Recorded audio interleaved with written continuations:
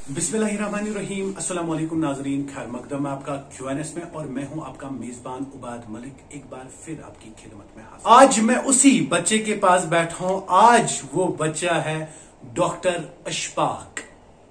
नाजरीन, आज ऐसे ही एक शख्स से मिलाऊंगा जिनका नाम मैंने पहले ही आपको कहा, डॉक्टर अशफाक है। आज मेरी खास बात, मेरे स्पेशल मेहमान डॉक्टर अशफाक के साथ। अस्सलाम वालेकुम वरहमतुल्लाह। मेरा नाम इशफाक अहमद भट्ट है। मैं क्रीरी बारामुला में रहता हूँ। मेरी जो स्टोरी है, मैंने स्टार्ट किया है, मेरी जो जर्नी है 2002 से स्टार्ट होती है, जब मैं सेकंड क्लास में पढ़ता था, जब मेरे पापा की जो है वफ़ात हो गई। उसके बाद घर का जो निज़ाम था वो सारा जो है दरहम बरहम हो गया। उसके बाद घर में मेरी माँ थी, मेरे 2 बड़े भाई थे और मेरी 2 बहनें थी। और जब मेरे पापा जो है वफ़ात कर गए, उस वक़्त जो है घर में जो है किसी भी मैं ये कह सकता हूँ कि कोई भी सोर्स ऑफ इनकम नहीं था। तो मैंने क्या किया, मैंने अपनी जो है पढ़ाई वो जारी रखी। तो मैं सेकंड क्लास में उस वक्त पढ़ता था। तो मोमेंटली बहुत बुरा फील हुआ, क्योंकि मुझे अभी भी याद है कि जब मेरे पापा की वफ़ात हो गई, वो मोमेंट जो था, उस मोमेंट में जब मेरे पापा की वफ़ात हो गई, वहाँ जो है वहाँ बहुत लोग आए हमारे घर। उन्होंने दिलासा दिया, उन्होंने जो है शफ़क़त का हाथ हमारे सर पे रखा। लेकिन with the passage of time क्या हुआ, मैंने फील किया पर्सनली कि उतना प्यार लोगों का नहीं रहा। क्योंकि मुझे अभी भी याद है कि जब मेरे पापा की पहली ईद थी, उस ईद पे मेरी ईदी जो थी बहुत ज़्यादा थी, लेकिन जब नेक्स्ट वाली ईद आ गई वो बहुत कम हो गई। तो फिर मुझे लगा कि ऐसा तो रहने वाला नहीं है। ये जो प्यार था लोगों का, ऑब्वियसली ये ह्यूमन नेचर ही ऐसा है, मैं लोगों को दोष नहीं देता हूँ। मुझे ही कुछ करना है जिससे जो है मेरी फैमिली स्टेबल हो जाएगी और मैं स्टेबल हो जाऊंगा, मेरी माँ स्टेबल हो जाएगी। ऐसे तो लोगों का प्यार हमेशा हमारे साथ नहीं रहेगा। तो मैंने ठान ली कि मुझे पढ़ना है, तो मैंने अपनी पढ़ाई जो है जारी रखी। मैं जब 5th क्लास में था, तब जो है हमारे घर की जो हालत थी और ज़्यादा ख़राब हो गई, क्योंकि कोई जो है सोर्स ऑफ इनकम नहीं था। तो मैंने कभी मजदूरी भी की, और मुझे एक वक्त याद है, हम मजदूरी कर रहे थे कि मेरा एक दोस्त था, वो मुझसे 2-3 साल जो है सीनियर था। वो शायद 8th क्लास में पढ़ता था, मैं 5th क्लास में पढ़ता था।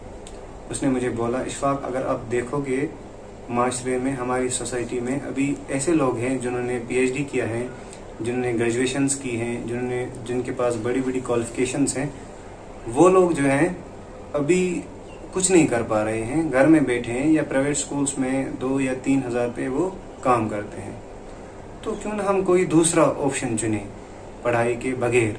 क्योंकि अगर हम पढ़ाई करके भी कुछ हासिल नहीं कर सकते हैं, अगर हम पढ़ाई करके भी अपने माँ बाप का जो है हाथ नहीं बटा सकते हैं, उनको खुश नहीं रख सकते हैं, तो फिर पढ़ाई करने का क्या फ़ायदा है। तो मैं ये जो है उनके ख्यालात लेके अपनी जो है वालिदा के पास गया, उनके साथ मैंने ये जो है बात शेयर की। लेकिन उनके जो है इरादे जो थे बहुत बुलंद थे, उनके ख्यालात बहुत बुलंद थे। उन्होंने मुझे कहा, आपको बस पढ़ाई का जो है रास्ता चुनना है, इस रास्ते पे आपको जो भी मुश्किल आ जाएगी, मैं आपको उसका साथ भरपूर निभाऊंगी, मगर आपको पढ़ाई का जो है ये रास्ता नहीं छोड़ना है। ऐसा बिल्कुल भी नहीं हो सकता है। आप कभी अपने वहम गुमान में भी ऐसी बात न लाओ जो आपको इस पढ़ाई के रास्ते से दूर करे। तो मैंने ठान ली कि अब मेरे पास बस ये पढ़ाई का रास्ता बचा है। यही वो वाहिद रास्ता है जो मेरी वालिदा भी चाहती है, और यही जो वो वाहिद रास्ता है जिस पर चलकर मैं आगे कुछ कर सकता हूँ। तो मैंने जो है, मैं 5th क्लास तक मिशन स्कूल में पढ़ता था, जो कि क्रीरी में है। तो 5th क्लास से मैं अब 6th क्लास में जाने वाला था, लेकिन मैंने सुना था कि मॉडल स्कूल में अच्छा पढ़ाते हैं, वहाँ के टीचर्स अच्छे हैं। तो मैंने कोशिश की कि अगर किसी जगह अच्छा पढ़ाते हैं, अगर किसी जगह टीचर्स अच्छे हैं, तो मैं जाऊँ वहाँ। मैं भी देखूं, क्योंकि मेरे पास अब यही ऑप्शन रह गई थी पढ़ाई की। तो मैंने मॉडल स्कूल में एडमिशन लिया। तो एडमिशन के दौरान उन्होंने मेरा वो टेस्ट भी लिया, मैंने टेस्ट क्वालिफाई किया, वहां पर एडमिशन लिया। और मैंने क्या देखा, मॉडल स्कूल के बच्चे जो थे उस वक्त, करंट सिचुएशन जो मॉडल स्कूल में उस वक्त थी, हर बच्चा जो था वहां पे, उनके पास मेरे से ज्यादा एक्सपोजर था, वो मुझसे ज्यादा अच्छा पढ़ते थे, उनके पास मुझसे अच्छे टीचर्स भी ऑब्वियसली उस वक्त अवेलेबल थे। तो मैंने क्या सोचा, हमारी उस वक्त एक लड़की जो है उस वक्त 6th क्लास में टॉपर आई थी। तो मैंने सोचा अब मैं यहाँ आया हूँ मॉडल स्कूल में, अब मुझे कुछ करना है, अब मुझे भी टॉप करना है, क्योंकि मैंने ठान ली थी मुझे अब पढ़ाई के अलावा और कोई ऑप्शन नहीं है। तो मैंने क्या किया, मैंने अपना ये स्टार्ट की अपनी जो है मेहनत की जर्नी, तो अपनी हार्ड वर्क की जर्नी। तो मैंने जब 6th क्लास में जो फाइनल एग्जाम दिया तो मेरी पोजीशन उस वक्त रही 10th थी मेरी पोजीशन। तो लेकिन मेरे अंदर वो जज्बा था कि मुझे 10th नहीं रहना है, मुझे फर्स्ट पे आना है। क्योंकि जो बच्ची अभी फर्स्ट आती हैं, जो लड़की अभी फर्स्ट आती हैं, वो फाइनेंशियली भी मुझसे अच्छी है, हर लिहाज से मुझसे अच्छी है। मुझे कुछ करना है, मुझे आगे बढ़ना है, तभी मेरा जो है, तभी मेरी जो करंट सिचुएशन है उसमें इम्प्रूवमेंट आ सकती है। तो मैंने अपनी जो है कश्मकश जारी रखी। तो 7th क्लास आया, 7th क्लास में मेरी पोजीशन 8th रही। ऐसे ही 8th क्लास आया, मेरी पोजीशन 5th आई। 9th क्लास आया, मेरी पोजीशन 3rd थी। एंड 10th क्लास आया, मेरी पोजीशन 1st थी। तो ये थी जर्नी। क्योंकि मुझे हमेशा ऐसा लगता था कि जहां भी मैं था, अभी भी ये ख्यालात मेरे जहन में हैं कि मुझे हमेशा से ये फीलिंग आती थी, अगर कोई मुझसे आगे है, क्यों ना मैं भी कोशिश करूं, मैं उससे आगे निकलूं। और इस कश्मकश में मैं हमेशा रहा। मैं अभी की बात करूं, अभी मैं जब मेडिकल कॉलेज में MBBS कर रहा था, यहाँ पर भी जो है मेरा जब फर्स्ट ईयर स्टार्ट हुआ तो मेरी 50s में पोजीशन रही। सेकंड ईयर स्टार्ट हुआ 30s में हुई। थर्ड ईयर स्टार्ट हुआ 20s में हुई। ऐसी फाइनल ईयर में मैं 20s में था। तो ऐसा मतलब हमेशा मेरे जहन में था, क्योंकि मेरा ये टारगेट रहता था जहन में, जो अभी सबसे आगे है मुझे उससे आगे बढ़ना है। तो उतनी ठंड नहीं थी, मैंने वो पॉलीथीन से एक छोटा सा कमरा बनाया और मैं वहां पर अपनी पढ़ाई कर रहा था। कभी मैं लेट आवर्स तक पढ़ रहा था, 12 बजे तक, 3 बजे तक। और मेरे जो नेबरहुड में लोग थे वो भी देखते थे। जब मैं बाहर कभी जाता था तो मेरे नेबरहुड वाले जो बोलते थे लोगों को, छत पे बनाया है पॉलीथीन का एक कमरा और वो पढ़ता है वहां पर। और जब मैंने मैट्रिक में टॉप किया तो उस वक्त भी मैंने ये बातें सुनी। मेरे नेबरहुड वालों ने कहा लोगों को कि इसने मतलब जो है मैट्रिक में टॉप किया अपने इस एरिया, क्रीरी एरिया में। इस कोशिश का नतीजा है कि हमने इसको देखा है कि इसने अपनी जो है छत पे एक पॉलीथीन का एक कमरा बनाया था और उस कमरे में ये मेहनत कर रहा था, दिन रात पढ़ाई कर रहा था, फिर तब जाके उसने ये जो है मैट्रिक में टॉप किया। ये एक छोटा सा किस्सा है।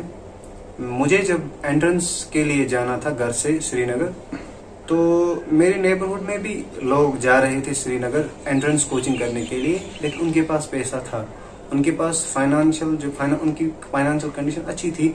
लेकिन आई रिमेम्बर मेरे पास बिल्कुल भी कुछ नहीं था, नील एट द बॉटम। फिर मैंने क्या किया काम उस वक्त, मगर मेरा ये जहन था कि मुझे घर से बाहर निकलना है, मुझे श्रीनगर जाना है, तभी जाके मैं कुछ कर पाऊंगा। ऐसा मुझे अच्छे से मतलब मुसम्मम इरादा था, मुझे जाना है श्रीनगर, मुझे करके कुछ दिखाना है। फिर मैंने क्या किया, मेरी माँ जो थी उसने उसकी जो शादी की कुछ ज्वेलरी रह गई थी, उसमें 2 बाले बचे थे। तो उसने मुझे वो 2 बाले दिए, तो मैंने वो बाले लिए और मैं गया श्रीनगर ये 2 बाले लेके। वहां पर एक कोचिंग सेंटर था रामबाग में, साहिल स्टडी सेंटर। तो मैंने साहिल स्टडी सेंटर में एडमिशन लिया। तो 2-3 दिन तो मैं फीस के बगैर, वहां पर वो डेमो क्लासेस चल रही थी, मैंने 2-3 दिन पढ़ा डेमो क्लासेस में।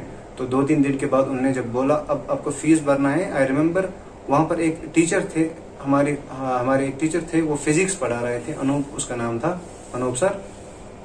तो मैंने उनसे ये मसला डिस्कस किया। मैंने बोला अनूप सर, मैं घर से आया यहाँ पढ़ने के लिए, उससे पहले उन डेमो क्लासेस ने अनूप सर ने मेरा जो है वो देखा था कि इसमें कितना टैलेंट है, इसमें कितना कैलिबर है, क्या कर सकता है ये बंदा।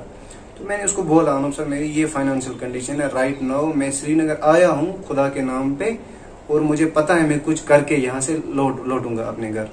और मेरे पास रहा सवाल अब फीस का, तो मेरे पास ये 2 बाले बचे हैं, अब अगर आपको चाहिए मैं ये भेजकर फीस भर सकता हूँ। तो अनूप सर ने मुझे बोला ये आप अपने पास रखो, आपके इस साल का फीस मैं भरूंगा और अपनी जो है स्टडी आप साहिल कोचिंग सेंटर में कंटिन्यू करो, तो बाकी मैं देखूंगा। तो फिर जब कोचिंग सेंटर में एडमिशन हुआ, फीस का मसला ख़त्म हुआ। अब मैं जो है अब मुझे जो है वहाँ पर रेंट पे रहना था। तो मैं गया, मैंने एक रेंट में किराए का एक कमरा लिया। तो कमरे का जो मालिक था उसने मुझे बोला उस वक्त 7,000 रुपये पर मंथ मुझे वहाँ पर पे करना था, क्योंकि वो पेइंग गेस्ट था। मैंने सोचा कि अगर मैं खुद जो है खाना पकाऊंगा तो उसमें टाइम कुछ वेस्ट हो जाएगा मुझे, क्योंकि टाइम एंट्रेंस में बहुत कम होता है। टाइम बचाकर मैं उस टाइम पे पढ़ूंगा ताकि मैं फर्स्ट अटेम्प्ट में ये क्वालिफाई करूंगा। तो मैंने क्या किया, मैंने जो है ये माँ के जो 2 बाले थे, मैं गया एक ज्वेलरी शॉप पे, वो हमारा अपना ही एक रिलेटिव था, मैं उसके पास गया, मैंने ये 2 बाले उसको दिखाए। तो उसने मुझे आई रिमेम्बर 12,000 रुपये उसके दिए। तो मैंने ये 12,000 रुपये वापस वहाँ से लाए, 12,000 रुपये, और मैंने इस रेंट वाले को, इस मकान मालिक को ये 12,000। इसलिए मुझे ये हमेशा से ये महसूस हो रहा था कि ये जो बाली हैं मेरी माँ ने अपने पास रखे थे सालों से, शादी से कुछ मतलब यही बस ज्वेलरी बची थी, ये 2 बाली थे। मेरी माँ के सामने इन 2 बाली की कदर बहुत ज्यादा थी। एहसास था मुझे, लेकिन ऑप्शन भी कोई नहीं थी। एहसास था मुझे कि खुदाया में कब ऐसा वक्त आ जाए जब मैं कमाऊं और अपने माँ के लिए ज्वेलरी लाऊं। ये बाली तो कोई चीज नहीं, इससे भी बड़ी ज्वेलरी। एहसास था मुझे तब भी, मगर वक्त ऐसा था, कंडीशन ऐसी थी कि मैं मजबूर हो गया वो बेचने में। सेगमेंट है मैं जो है मैं आप तक जो है पहुंचाना चाहता हूँ, एक इंस्पिरेशनल सेगमेंट है। मुझे लगता है कि इस दुनिया में अगर इंसान इज्जत कमाना चाहेगा तो एजुकेशन एक बहुत अच्छा रास्ता है। इज्जत कमाने का, पैसा कमाने का भी एक अच्छा रास्ता है एजुकेशन। मैं एक छोटा सा सेगमेंट आपके सामने पेश करना चाहता हूँ।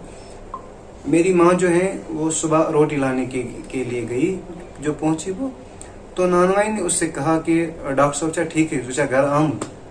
तो मेरी माँ ने कहा वो ठीक है, वो घर आया है। जब लेकिन वो मेरी माँ घर आई तो मैंने जो उसके जो फेशियल एक्सप्रेशन जो उसका था वो कुछ मुख्तलिफ था। मतलब डॉक्टर साहब सुनना, ये कुछ मतलब मुझे लगता है वो खुशी थी, ये वो फीलिंग थी जो मैं लाखों और करोड़ों कमा के नहीं दे सकता था। अब ये मानिए कि जैसे कि मेरे जहन में आ गया था कि मुझे पैसे ही कमाने हैं, लेकिन पैसे कमाने के बहुत सारे जरिए होते हैं दुनिया में।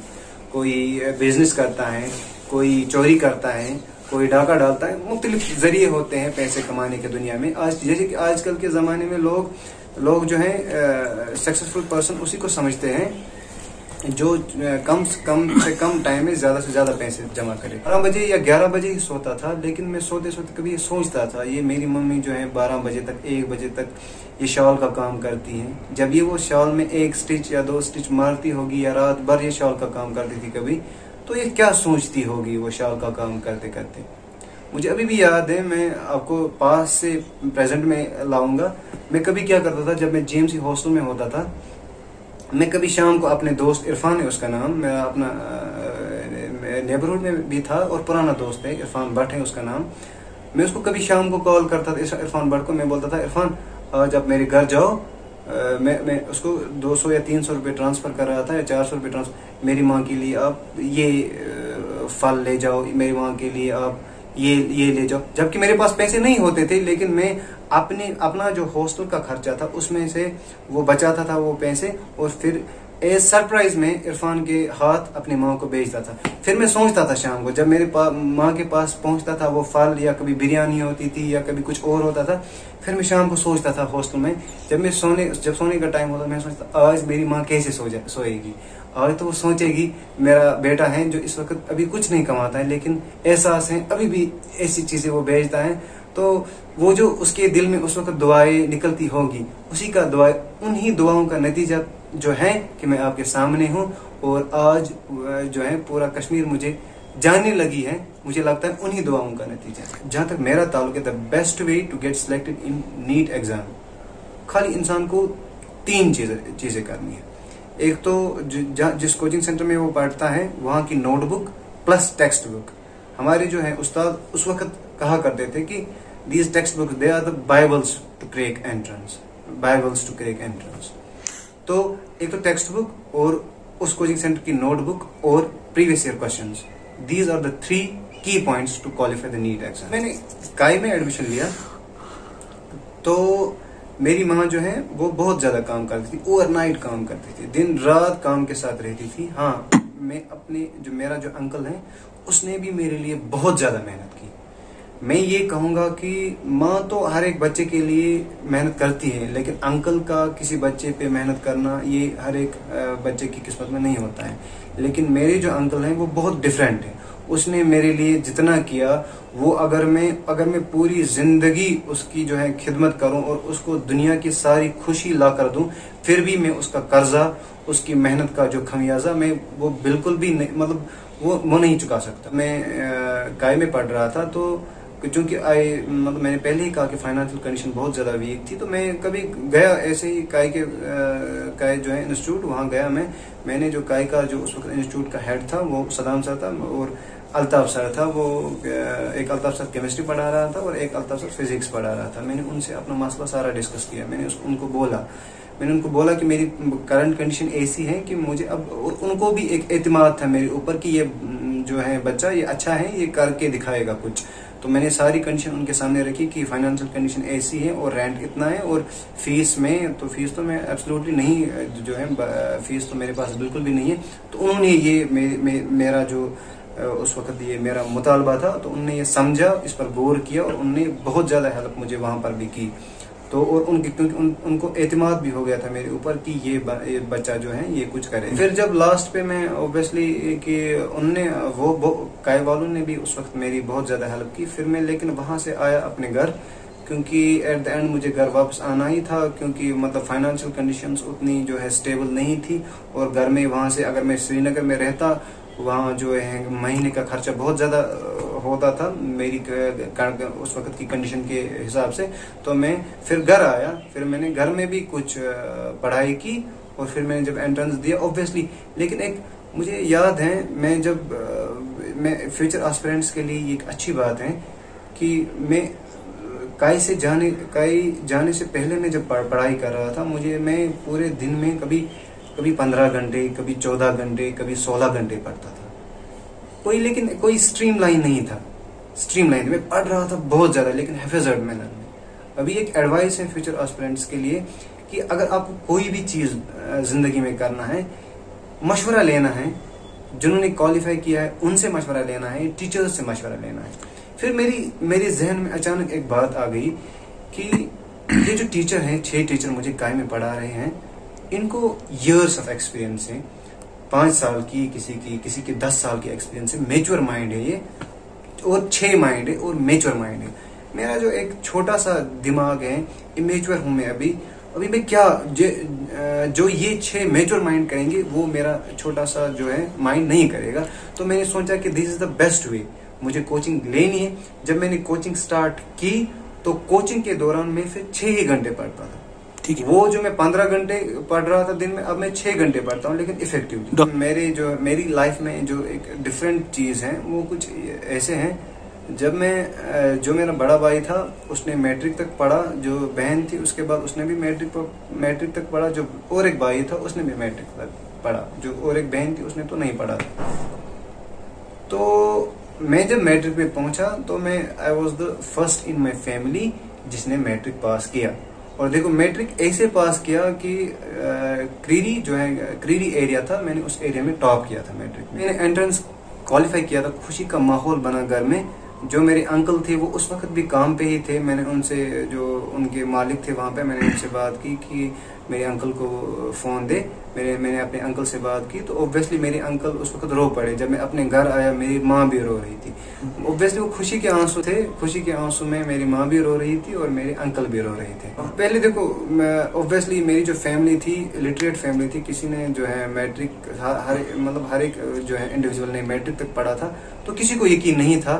मैं बोलता था, मैं अपने फैमिली मेंबर्स को बोलता था। ऑब्वियसली मेरी जो माँ है मैं खुदा की कसम खाकर कहता हूँ, मुझे नहीं लगता है कोई दुनिया में कोई माँ होगी जिसको अपने बच्चे पे इतना यकीन होगा जितना यकीन मेरी माँ को है। मैं अगर अपनी माँ को अभी बोलूँ कि मैं सोने का घर बना सकता हूँ, मेरी माँ 100% मानेगी कि ये सोने का घर बनाएगा। मेरी माँ को जबरदस्त मेरे ऊपर एतमाद था, भरोसा था। उसने मुझे कभी भी इस नजर से नहीं देखा कि मेरा बेटा कुछ नहीं करेगा। मेरे भाई कभी कभी कहते थे कि ये मुश्किल है एंट्रेंस क्वालिफाई करना, नहीं कर पाएगा एंट्रेंस, लेकिन मेरी माँ जो है कभी हिम्मत नहीं हारती थी और मुझ पर इतना बेइंतहा भरोसा करती थी, नहीं करेगा एंट्रेंस क्वालिफाई। फिर जब मैंने एंट्रेंस क्वालिफाई किया तो मेरे भाई, मेरे जो रिश्तेदार हैं, वो इतने खुश हो गए। तो वो खुशी तो एक मतलब मुझे लगा एक डिफरेंट चीज कि एंट्रेंस क्वालिफाई करने से पहले, अब मैं इसको डिफरेंट अंदाज से पेश करूंगा। एंट्रेंस क्वालिफाई करने से पहले मेरी माँ की जो इज्जत थी वो एक मामूली औरत की इज्जत थी। जब मैंने एंट्रेंस क्वालिफाई किया, जब लोगों ने बोलना स्टार्ट किया ये अब डॉक्टर साहब की माँ है, अब मेरे घर में जो है, अब मुझे लगता था कभी कभी कि मेरी माँ जो है अब अपने आप को कुछ समझने लगी है कि ना हम भी अब कुछ हैं। मतलब मेरी मेहनत ने हमारा जो घर है उसको एक नई शक्ल दी।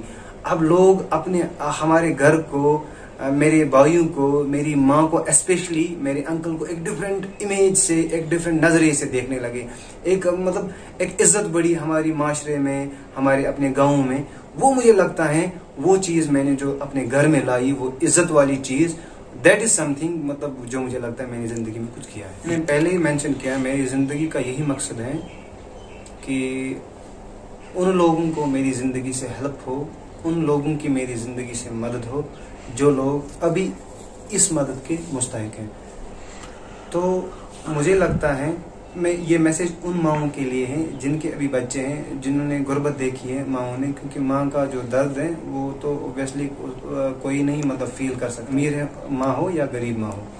तो मैं उन माओं को एक मैसेज देना चाहता हूँ कि आप कभी भी मतलब इस बहकावे में ना आए कि मेरा जो बच्चा है अगर अभी पढ़ाई ना करे, कोई और साइड बिजनेस करे तो कुछ कमा सकता है, कुछ ला सकता है हमारे लिए। क्योंकि मैंने देखा है, मेरे गांव में एक लड़का था, मैं नाम नहीं लूंगा, उन्होंने वो मेरे से 1-2 साल पहले पढ़ता था, सीनियर थे 1-2 साल। वो बहुत अच्छा इंटेलिजेंट बच्चा था, लोग उसकी बहुत तारीफ करते थे, लेकिन उनका भी फाइनेंशियल जो है बैकग्राउंड बहुत वीक था। लेकिन मैं कहूँगा उनकी माँ ने हिम्मत हारी। लेकिन उनकी माँ से हमें अब जाके मैं अभी जब उस लड़के की तरफ नजर मारता हूँ तो ऑब्वियसली उन्होंने फिर पढ़ाई छोड़ दी, अब वो काम करते हैं। ऑब्वियसली माँ की हेल्प ही करते हैं, माँ को मतलब प्यार ही देते हैं, लेकिन वो कुछ अचीव नहीं कर पाए जो जिस अचीवमेंट का उस लड़के ने ख्वाब देखा था। तभी मैं उन वालिदिनों से गुजारिश करता हूँ कि कभी भी इस बहकावे में ना आए, कभी भी इस पैसों के चक्कर में ना आए। हमेशा आप इस बात को आगे बढ़ाए, हमेशा आप इस ज़हनियत को आगे बढ़ाए कि हमारा बच्चा पढ़ना चाहिए।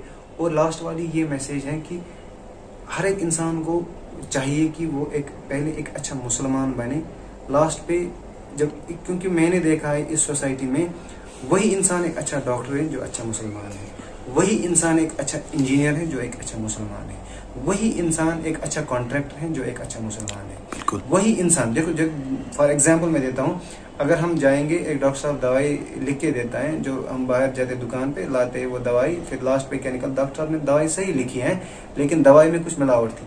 लेकिन ये दवाई बनाने वाला इंसान अगर मुसलमान होता, इसको आखिरत की फिक्र होती, मुझे खुदा के सामने जवाब देना, एक दिन खड़ा होना, ये नहीं करता, तभी जाकर ये सोसाइटी खराब होती है।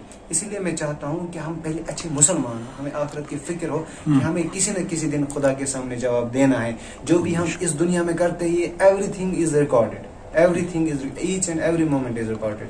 तो हमें चाहिए कि हम अपना जो है आज, हम अपना कल जो है एक बेहतर कल बनाए, बेहतर आज बनाए, ताकि हम आखिरत में भी सुरखरू हो जाए और यहाँ भी सुरखरू।